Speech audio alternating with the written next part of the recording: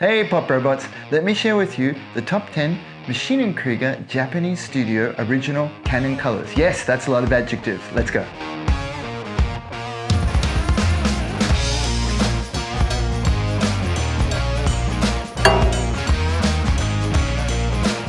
Hi, I'm Lincoln Wright, and I lived in Japan for 25 years, and for a big chunk of that worked as a professional in a number of studios for the Japanese hobby industry, including this one, the Maschinen Krieger property. One of the questions that comes up all the time, and for good reason, is, hey Link, what are the top colors that I could buy that would help me get that correct look, that studio look that I really like from the Maschinen Krieger stuff? Please excuse me that it's not a heavily edited, really concise video. This is an excerpt from one of the videos that I release weekly to the membership site, and it's more of explaining in the moment as I'm working through projects, etc. Now remember, no complaints because it's free! Yeah, I've been watching a lot of Jerry Seinfeld again, new season of the comedians in cars getting coffee. Here are my top 10 plus 3 most used Maschinen Krieger colors that I've seen Yokoyama-san personally use and recommend. I've probably doubled up on a couple. We might be able to drop that one out because you could make it with others, but I'll just run through them and I'll try to help you choose less. I mean, I could knock it down by taking out off-white and flat black, but they really do feature a lot because there's a lot of snow camo, and Yokoyama-san uses the off-white as a base for it. Boom. Then you'll see a lot of the green and green gray or purple gray mixed with light green gray on the bottom. So his first ones, the most original ones, the AFS series, were mostly done with the color most close to this, the RLM02 gray, that one. Some of them then you'll see that there is a purple gray on top and then the light green on the bottom. That will be with a combination of these two and this on top. So it will be RLM02 gray, duck egg green, and then RLM75 gray violet on top. This one gets used a lot. Then for base colors, a lot of the Strahl units, etc., the base is often field gray, number 2. It's a fantastic dark green gray. Some of the plastic will come in this one, like the ammonites, for example, are this color. Background details are almost invariably done with RLM66 black gray. A lot of the details on the interior of the Folke are meant to be done with this color. Then both red and brown, Yokoyama Sensei calls brown the red of Maschinen Krieger. That's a bit of a background joke story for it. It's a primary color, a gloss, and it's a very, as Tom Ware reminded me just now, it's a brick red, renga iro in Japanese. And here on the label, it's actually called chairo, which is that's how Japanese people used to call brown in the old days, was the color of tea. It's kind of nifty. Now secondary, this one appears a lot in Maschinen Krieger Middlestone. In fact, this is the dark yellow that Yokoyama-san uses on the Strahl forces. And he giggles a little bit about it because everybody thinks it's Dunkelgelb, but he's actually using the British version. You can, of course, use Dunkelgelb, it's no problem at all.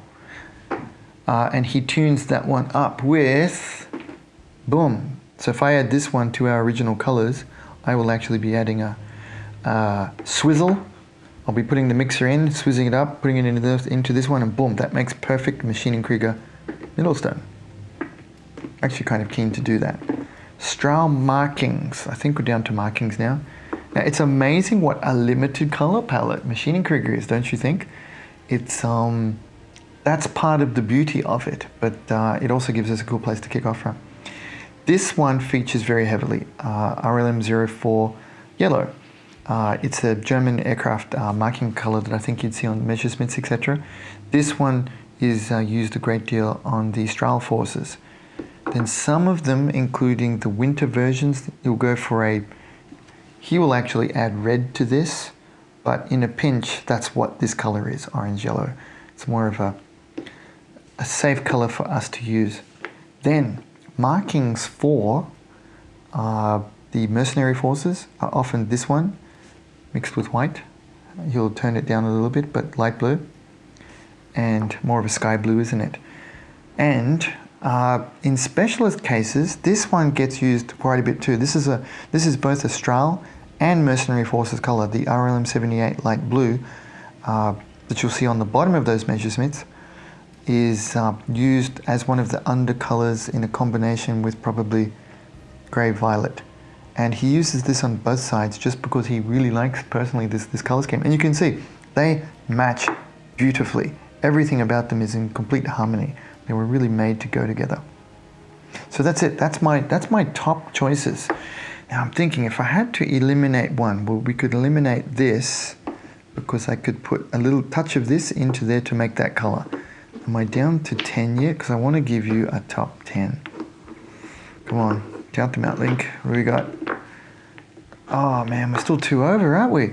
I don't know if I could drop any of these. They're all so useful and necessary.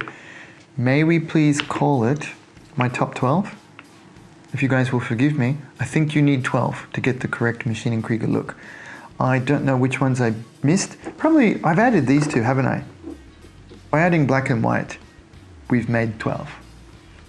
So, these guys are my top, and then probably shuffling these around doesn't help show you them at all, does it? Let's stack them up. I'll fast forward this part, okay, Tomoe?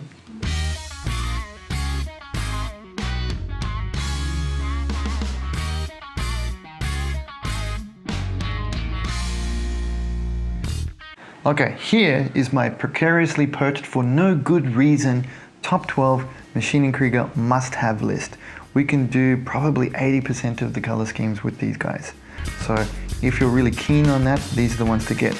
I'll link them up. I'll do a wish list thingy on Amazon for you so you can have a place to reference it as you collect them over time.